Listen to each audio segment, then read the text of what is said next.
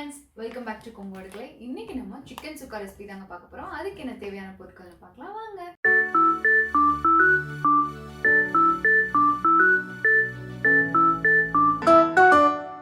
இப்போ ஒரு 1/2 டேபிள்ஸ்பூன் அளவு வர கொத்தமல்லி எடுத்துக்கோங்க. அடுத்தது மிளகு 1/2 டேபிள்ஸ்பூன், காஞ்ச மிளகாய் ஒரு 3 எடுத்துக்கோங்க. அப்புறம் நம்ம கலருக்காக ஒரு 4 காஷ்மீரி சில்லி எடுத்துக்கோம். அப்புறம் சீரகம் ஒரு 1/4 டேபிள்ஸ்பூன் அளவு எடுத்துக்கோங்க. இப்போது இதை நல்லா நம்ம ட்ரை ரோஸ்ட் பண்ணிக்க போகிறோம். இப்போ பாருங்கள், இது நம்ம நல்லா வறுத்து எடுத்தாச்சு. ஸோ ரொம்ப கருகிற மாதிரி எடுத்துடாதீங்க, இந்த அளவுக்கு போதும். ஸோ நம்ம இதை ட்ரையாக இனி மிக்ஸி ஜாரில் போட்டு அரைச்சி எடுத்துக்க போகிறோம். இப்போது நான் 3/4 kg சிக்கன் எடுத்துருக்கேங்க. கொஞ்சம் பெரிய பெரிய பீஸாக கட் பண்ணி வச்சுக்கோங்க. அதில் ஒரு 1/4 டீஸ்பூன் மஞ்சத்தூள் சேர்த்துக்கோங்க. அப்புறம் உப்பு ஒரு 1/4 டீஸ்பூன் சேர்த்துக்கோங்க. அதுக்கப்புறம் நம்ம அரைச்சி எடுத்துக்கிட்ட அந்த பவுடர் அதையும் சேர்த்துக்கோங்க. அப்புறமா லெமன் ஜூஸ் ஒரு 2 டேபிள் ஸ்பூன் போல் சேர்த்துக்கோங்க. இப்போ இது நல்லா மிக்ஸ் பண்ணி வச்சுக்கோங்க.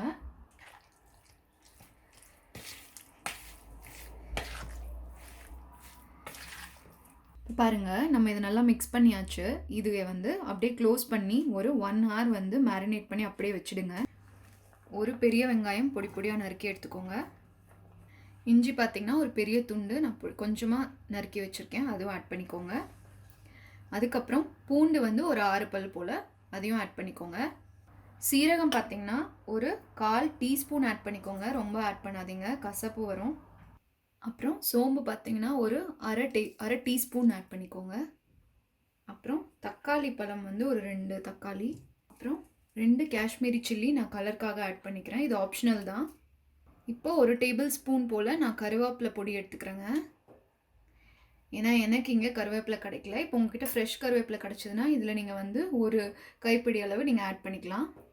இப்போ நம்ம இதை அரைச்சி எடுத்துக்கலாம். ஃபஸ்ட்டு கொஞ்சம் நல்லெண்ணெய் எடுத்துக்கோங்க, அதாவது ஒரு 2 டேபிள் ஸ்பூன் போல் எடுத்துக்கோங்க. ஸோ இந்த சிக்கன் சுக்காவுக்கு நம்ம நல்லெண்ணெய் சேர்த்துனா தான் நல்லாயிருக்கும்.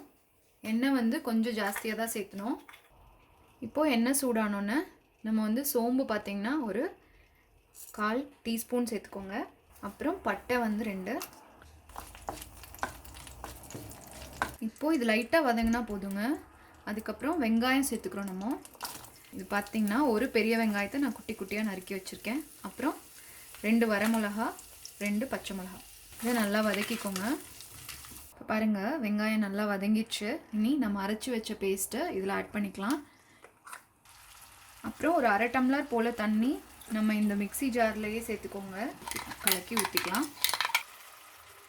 இப்போது இதை நல்லா நம்ம மிக்ஸ் பண்ணி விட்டுறோம். இது நம்ம எல்லாமே பச்சையாக அரைச்சிருக்கனால இது நல்லா அந்த எண்ணெய் பிரிஞ்சு மேலே வருங்க, அது வரைக்கும் நல்லா நீங்கள் வதங்கணும், அப்போ தான் பச்சை வாசம் போகும். இப்போ பாருங்கள், எண்ணெய் நல்லா பிரிஞ்சு வர ஆரம்பிச்சிருச்சு. இந்த ஸ்டேஜில் மேரினேட் பண்ணி வச்சுருந்த சிக்கனை ஆட் பண்ணிக்கோங்க.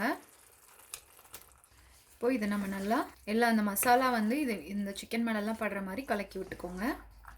இப்போது நம்ம சிக்கன்லாம் நல்லா பரட்டி விட்டாச்சுங்க.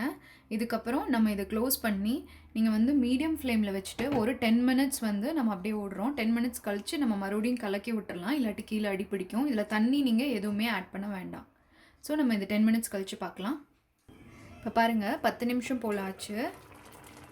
நம்ம இந்த சிக்கனை நல்லா இப்போது திருப்பி விட்டுருங்க. தண்ணியாக இருக்குதுன்னு நீங்கள் நினைக்க வேணாம். இன்னி நம்ம ஒரு 20 minutes போல் நம்ம ஓப்பனில் குக் பண்ணலாம், மீடியம் ஃப்ளேமில் வச்சு. ஸோ இந்த தண்ணியெல்லாம் நல்லா சுண்டி வந்துடும். ஸோ இந்த ஸ்டேஜில் நம்ம தேவையான அளவு உப்பு என்னவோ அதை ஆட் பண்ணி விட்டுறலாம். இதில் இப்போ நம்ம சிக்கன்லேயும் உப்பு ஆட் பண்ணியிருக்கோங்க. ஸோ அதனால் இதுக்கு எவ்வளோ இந்த குழம்புக்கு தேவையோ அந்தளவுக்கு நம்ம ஆட் பண்ணிடலாம். இப்போ இதை நல்லா மிக்ஸ் பண்ணி விட்டுட்டு நம்ம ஒரு 15 to 20 minutes இது சுண்டுற வரைக்கும் நம்ம ஓப்பனில் வச்சு குக் பண்ணுறோம். நீங்கள் மூடி போட்டிங்கன்னா மறுபடியும் நம்மளுக்கு ரொம்ப தண்ணியாக தான் ஆகும். ஸோ இதை நம்ம ஓப்பனில் வச்சு ஒரு 15 to 20 minutes விடலாம். அப்போ அந்த 15 minutesல நீங்கள் நடுவில் இந்த சுண்ட ஆரம்பிக்கிறப்போ ஒரு தடவை கலக்கி விட்டுக்கோங்க, இல்லாட்டி அடி பிடிச்சிடும். இப்போ பாருங்கள், 15 minutes போல் ஆச்சு. 15 minutesலேயே நல்லா சுண்டிடுச்சு பாருங்கள். ஸோ கொஞ்சம் உங்களுக்கு இந்த சப்பாத்தி அந்த மாதிரி நீங்கள் சாப்பிட்றீங்கன்னா இந்த கன்சிஸ்டன்சிலே நம்ம எடுத்துக்கலாம். இன்னும் ட்ரையாக வேணும்னா நீங்கள் இன்னும் கொஞ்சம் நேரம் விட்டு எடுத்துக்கலாம். பட் நான் இன்றைக்கி இந்த கன்சிஸ்டன்சியில் எடுத்துக்க போகிறேன். கொஞ்சமாக தேங்காய் நான் துருவி வச்சுருக்கேன், அதை ஆட் பண்ணிக்கோங்க.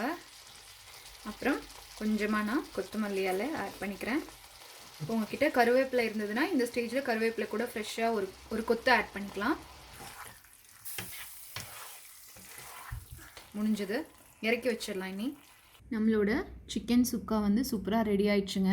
இன்றைக்கி நான் இதை ரைஸ் கூட எடுத்திருக்கேன்.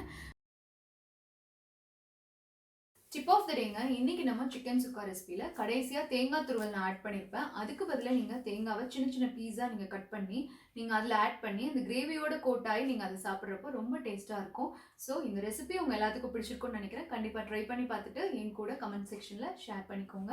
இந்த வீடியோ உங்களுக்கு பிடிச்சிருந்துன்னா எங்கள் சேனலை லைக் பண்ணுங்கள், ஷேர் பண்ணுங்கள். இங்கே வர ஒயிட் ஐக்கான் ப்ரெஸ் பண்ணி எங்கள் சேனலை சப்ஸ்கிரைப் பண்ணுங்கள்.